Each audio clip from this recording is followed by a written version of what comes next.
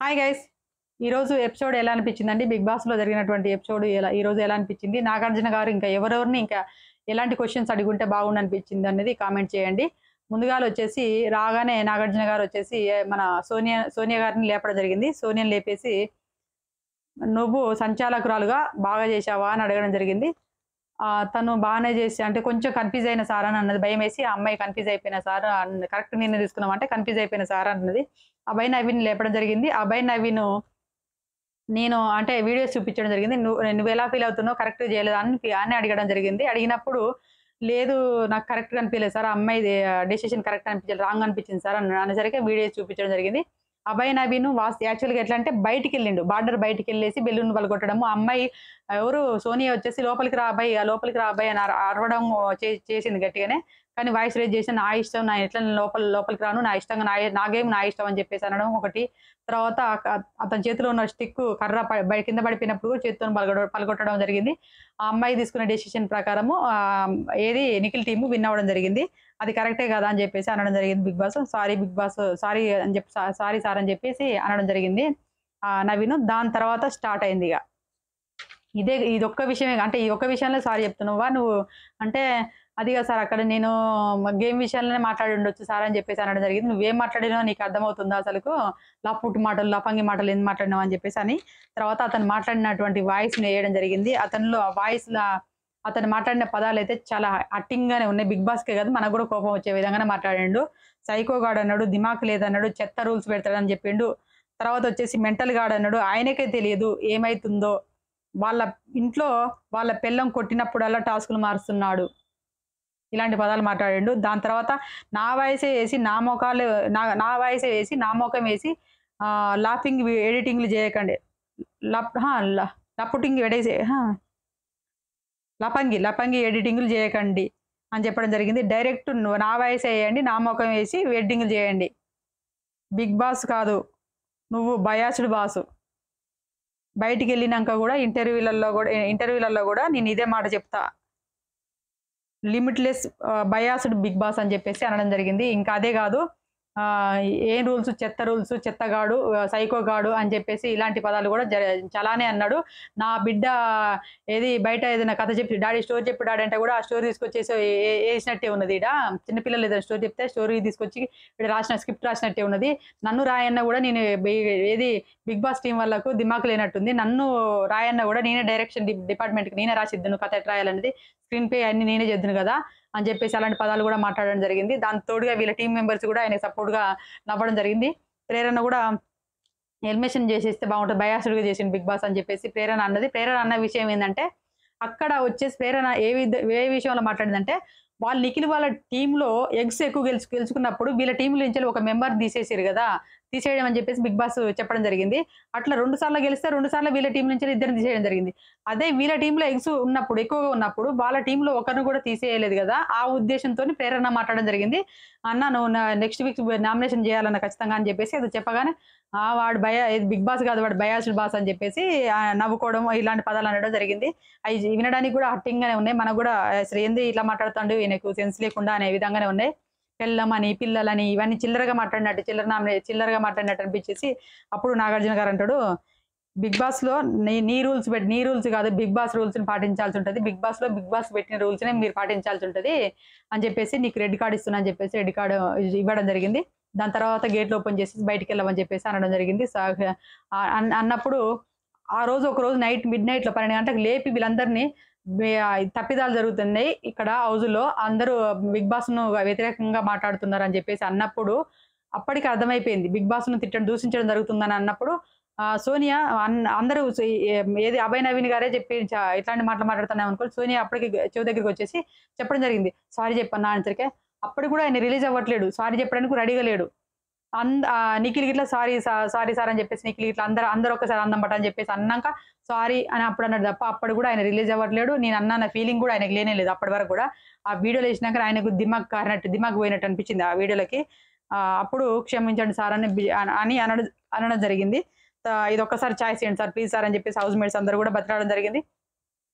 అందులో మా తప్పు కూడా ఉంది సార్. మేము కూడా ఇట్లా ఆయనకి సపోర్ట్ చేసినాం కదా సార్. అలా మా తప్పు కూడా ఉంది. మమ్మల్ని కూడా క్షమించండి సార్ అని చెప్పేసి అభయ్ నవీన్ వాళ్ళ టీమ్ మెంబర్స్ కూడా క్లయింట్స్ కూడా అనడం జరిగింది. ఈ విధంగా అతన్ని ఓకే చెప్పేసి హౌస్‌లో ఉంచేసి రెడ్ కార్డ్ మాత్రం ఇవ్వడం జరిగింది. హౌస్‌లో ఉంచడం జరిగింది. దాని తర్వాత రేపు నామినేషన్‌లో అతను ఓటింగ్ తక్కువ పడడం వల్లనే నామినేషన్ అయ్యిండని తెలుస్తున్నది. నెక్స్ట్ ఇక ఏది ఆడపిల్లలందరిని లేపి మీరు ఆటలలో చాలా బాగా ఆడిరమ్మా, ఆడపులిలాగానే ఆడిరు, బాగా ఆటను 100% ఇచ్చిర్రు కాబట్టి అందరికని చెప్పేసి అందరికి క్లాప్స్ కొట్టించడం జరిగింది. మీ 6 అమ్మాయిలున్నారు కదా, 6కి 60 లక్షలు అన్నట్టుగా అమౌంట్ ప్రైజ్ మనీ ఈ అమ్మాయిలు ఆడిన ఆట తీరుకు ప్రైజ్ మనీ ఇంక్రీజ్ చేయడం జరిగింది. నెక్స్ట్ వచ్చేసి విష్ణుప్రియ అందరు కూర్చోండి, విష్ణుప్రియను తర్వాత ప్రేరణ ఇద్దరిని ఉండని అని చెప్పేసి అన్నాక ఒక్కొక్కరిని ఆటను అడుగుతుంది.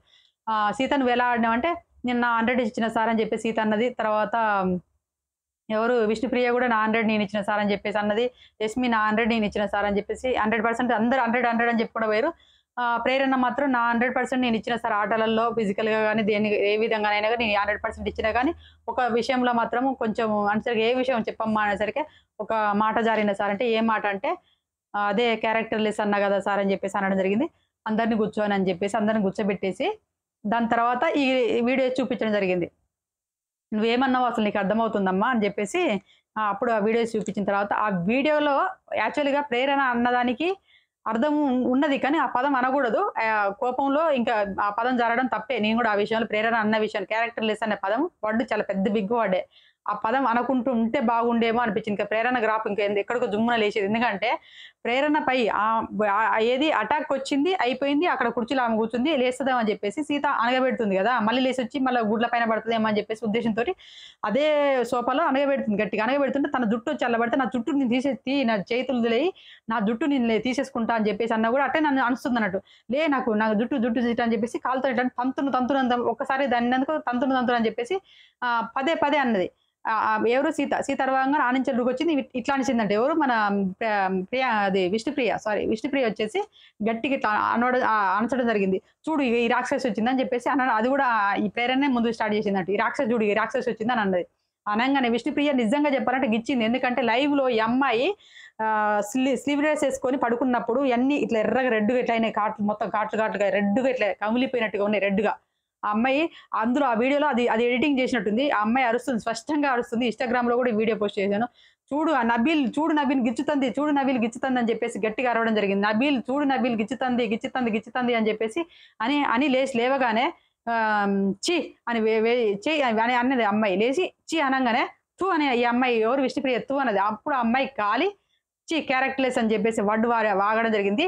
అదే ఇప్పుడు చూడండి ఇక్కడ ఒకటి చిన్న లాజిక్ మిస్ అవుతారు. ఇది నాన్ స్టాప్ బిగ్ బాస్ వచ్చింది కదా, నాన్ స్టాప్ బిగ్ బాస్ లో బిందు మాధవి మన నటరాజ్ మాస్టర్ మీద తూ అన్నందుకు దాని మీద నాగార్జున గారు క్లాస్ వీకిండు. ఇక్కడ విష్ణుప్రియ కూడా ఆమె లేచి నిలబడంగానే ఎమ్మటే అనలేదు. ఏది క్యారెక్టర్లెస్ అనే వర్డ్ ఎమ్మటే వాగలేదు. ఇక్కడ ఎవరు మన ప్రేరణ క్యారెక్టర్లెస్ అనే వర్డును లేచి నిలబడగానే అనలేదు. ఎందుకు అనలేదు ఛీ అని చెప్పేసి అనగానే ఈ అమ్మాయి తూ అని అన్నది. తూ అన్న వెంటనే ఆ అమ్మాయి అనేసింది. ఇక్కడ తూ అన్న వర్డు తూ అని ఎందుకు అన్నావు అని చెప్పేసి నాగార్జున గారు కూడా ఆ క్వశ్చన్ చేయలేదు. దాని తర్వాత నువ్వు పెద్ద ప్రతివేత శిరోమణి అని చెప్పేసి అన్నది. దాని తర్వాత ఇంకొక వర్డ్లో కూడా ఇంకోటి ఏమన్నదంటే అందరికి ముద్దులు పెట్టుకుని తిరుగుతాం అని చెప్పేసి అన్నది.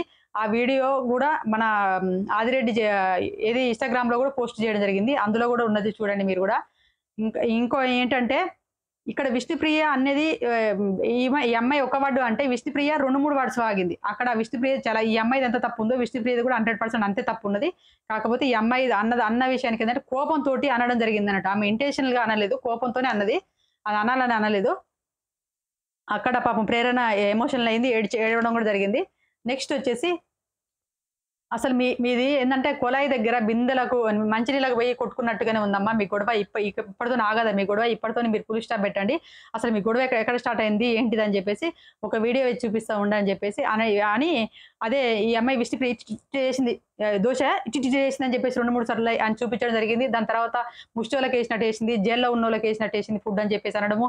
ఇక్కడ వచ్చేసి నేను ఆ రోజు చెప్పిన ఈ రోజు చెప్పిన అది వాస్తవానికి ఇక్కడ ఈ అమ్మాయిది విష్ణుప్రియ చెప్పిన విధానం రాంగ్లో ఏమంటారు రాంగ్గా తీసుకోవడం జరిగింది. ఆ అమ్మాయి దోశ ఇంటెన్షనల్ గా మంచిగానే చేసింది. దోశ వేసేలాగానే చేసింది. ఏం ఆడ పొరపాటు అనిపించలేదు నాకు. ముఖం పెట్టుకుని వేసింది అని చెప్పేసి కూడా చూపించడం జరిగింది. ఆ ముఖం ఎట్లా పెట్టుకున్న నార్మల్గా అప్పుడు దోశ వేస్తున్నప్పుడు స్టార్టింగ్ నుంచి దోశ వేస్తున్నప్పుడు ఎలా ఉందో అలానే ఉన్నది. ఫేస్ లో కూడా ఏ ఎక్స్ప్రెసింగ్ చేంజ్ అవ్వలేదు. మా అమ్మాయి నార్మల్‌గానే ఏస్తుంది. ఏం టెన్షన్ లేదు. ఆ అమ్మాయి ఏయడం నార్మల్‌గానే ఉంది. ఈ అమ్మాయి చేసేదే పెద్ద రాతంత్రంగా చేసింది. బోర్ నా హౌస్‌లో బోర్ మమ్మో నా దోస జొల్లు ఉన్నోళ్ళకేసినట్టు ఏసింది, ముష్టోళ్ళకేసినట్టు ఏసిందని ఏడవడము. అక్కడ మణికంఠది పెద్ద రచ్చ. ఇక్కడ వీళ్ళిద్దరి మధ్య గొడవ జరగడానికి అది అక్కడే సెట్ ఔట్ అయిపోయేది. అంటే గొడవ అక్కడికే సమాప్తం అయిపోయేది. ఒకరికొకరు సారీ చెప్పుకోవడం అలాంటిది జరిగిపోయేది. ఇక్కడ మణికంఠదే పెద్ద ఇష్యూ అయిందని నేను ఆ రోజు చెప్పినా, ఈ రోజు కూడా చెప్తున్నా. 100% మణికంఠది బ్లెండర్ మిస్టేక్. ఎందుకంటే ఇక్కడికొచ్చేసి ఒకలాగా, అక్కడికొచ్చేసి ఆమెను సతాయించినట్టుగా. నువ్వు చెబితే ఇక్కడ నువ్వు కరెక్ట్ తీసుకోలేదు.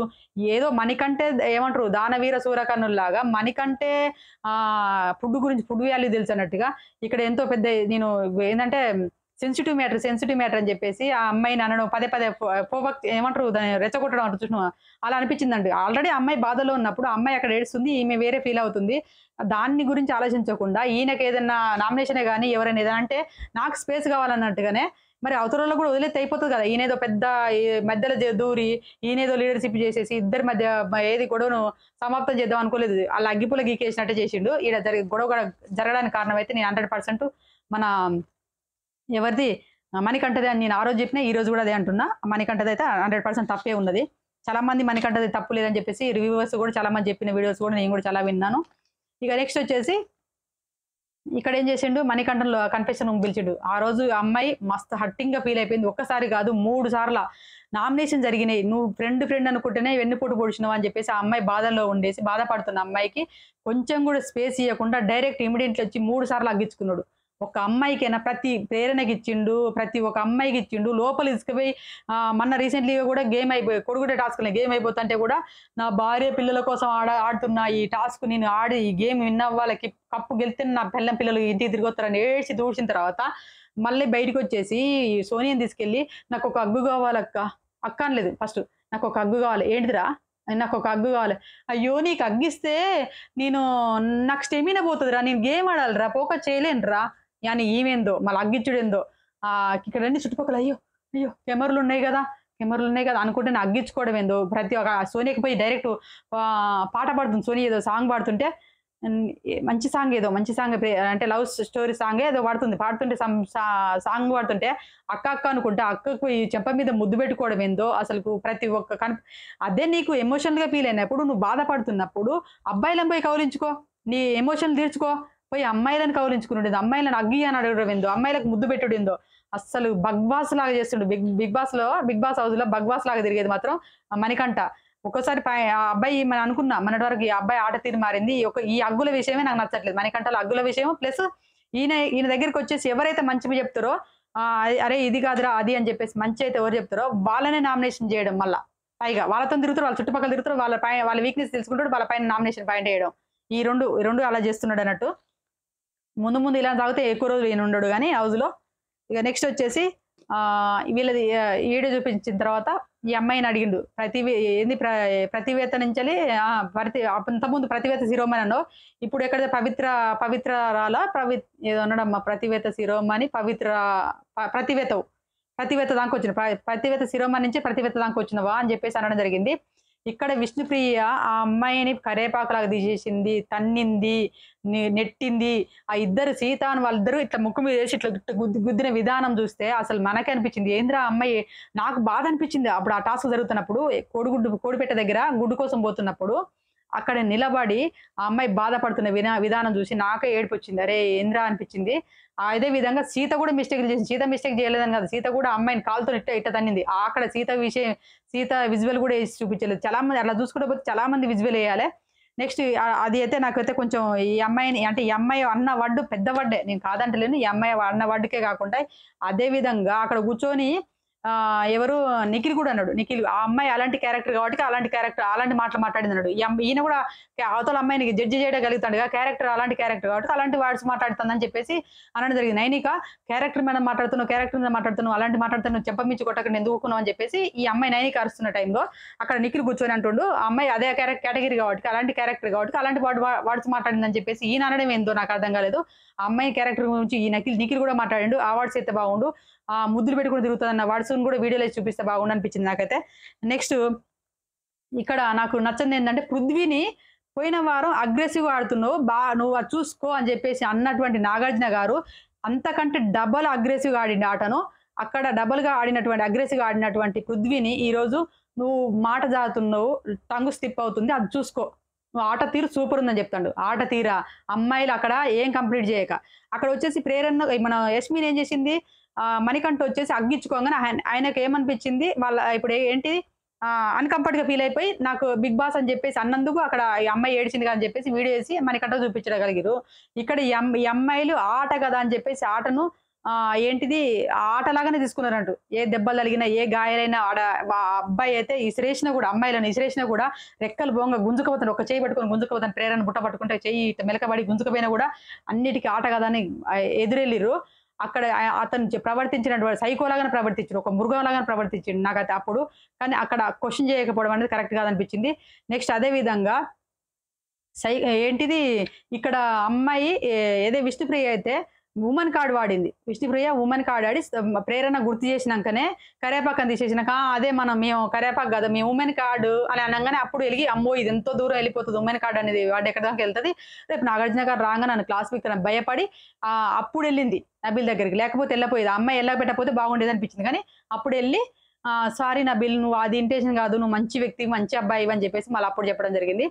అది ఆ రకంగా జరిగింది. కానీ పృథ్వీ విషయంలో కూడా నాగార్జున గారు చూపించాల్సింది ఉండే, నువ్వు ఏది బూత్ వర్డ్స్ అంటే ఏది వల్గర్ వర్డ్స్ వాడుతున్నందుకు నేను రెడ్ కార్డ్ ఇస్తా నెక్స్ట్ ఇప్పటికి 2 సార్లు అయిందని చెప్పేసి అన్నాడు. కానీ నువ్వు అగ్రెసివ్ తగ్గించుకుంటే బాగుంటుందని మళ్ళీ కూడా అని ఉంటే బాగుంది అనిపించింది. అగ్రెసివ్ చూసుకో అన్నాడు, అగ్రెసివ్ ఆడకుండా చూసుకో, బాగా ఆడుతుండు, నువ్వు బాగా ఆడుతున్నావు, ఏం బాగా ఆడు. ఒకసారి అబ్బాయిని అబ్బాయి ఏజ్ ఎంత, అబ్బాయి ఏజ్ 40 అబ్బాయి అంటున్నా ఓం ఆదిత్య ఓం ఏజ్ ఆయన ఏజ్ ఎంత, ఆదిత్య ఓం గారిది ఆ ఏజ్ 49 ఇయర్స్ ఉన్నాయి. అతన్ని స్విమ్మింగ్ పూల్ కాడికి నెట్టుకపోయే విధానము, ఇట్లా గుంజుకపోయే విధానము, అతను ప్లీజ్ ప్లీజ్ పృథ్వీ అని బతిలాడుతుంటే అసలు ఆడే కాదు అమ్మాయిలు కూడా ఎట్లా బతిలాడుతుంటే కూడా విన్నడా.